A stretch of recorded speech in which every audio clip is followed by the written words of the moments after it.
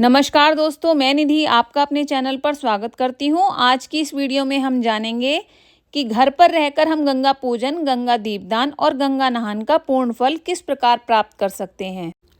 आजकल की भागदौड़ भरी जिंदगी में गंगा जी जाना हमेशा संभव नहीं होता है, तो आप घर पर रहकर भी गंगा पूजन, गंगा दीपदान और गंगा स्नान का पूर्ण फल प्राप्त कर सकते हैं। तो चलिए हम शुरू करते हैं।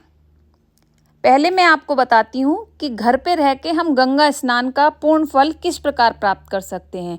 कार्तिक पूर्णिमा को गंगा स्नान का बहुत अधिक महत्व होता है। इस दिन गंगा जी में स्नान किया जाता है। गंगा जल मिश्रित जल से नहाकर आप गंगा स्नान का पुण्य प्राप्त कर सकते हैं।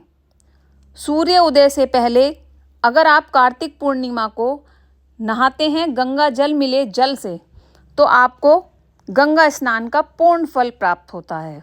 अब मैं आपको बताती हूँ कि गंगा पूजन और गंगा दीपदान घर पे कैसे करें।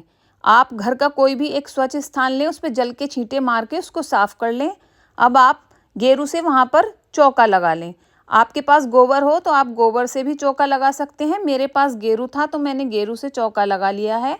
आप हल्दी से भी चौका लगा सकते हैं।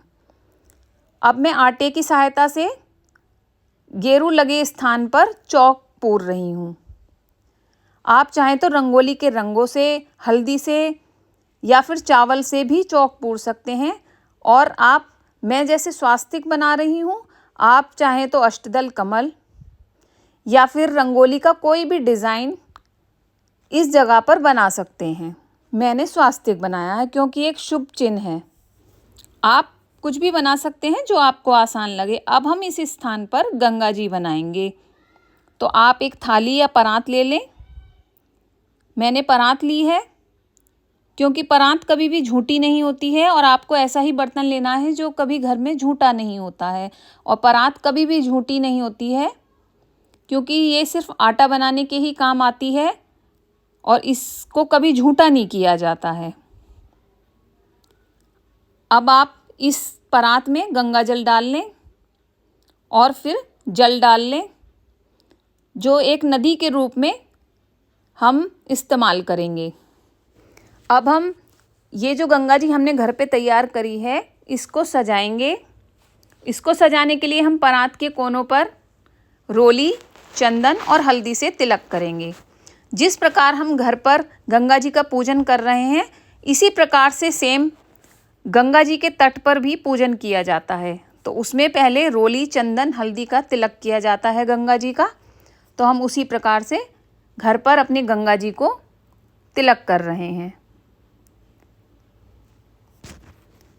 अब हम चंदन का तिलक लगा रहे हैं।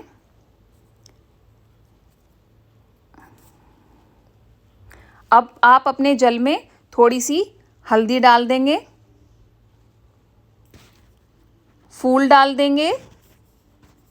आपके पास जौ हो तो जौ डाल सकते हैं, गेहूं हो तो गेहूं भी डाल सकते हैं। थोड़ी सी खील अगर आपके पास हो तो आप वो भी डाल सकते हैं। उसके बाद हम दीप प्रज्वलित करेंगे और उनको अपनी छोटी सी गंगा जी में प्रवाहित कर देंगे और हाथ से जल को थोड़ा सा लहरा देंगे, जैसे नदी में दिए जलते हैं और पानी के बहाव से लहराते हैं, उस प्रकार से।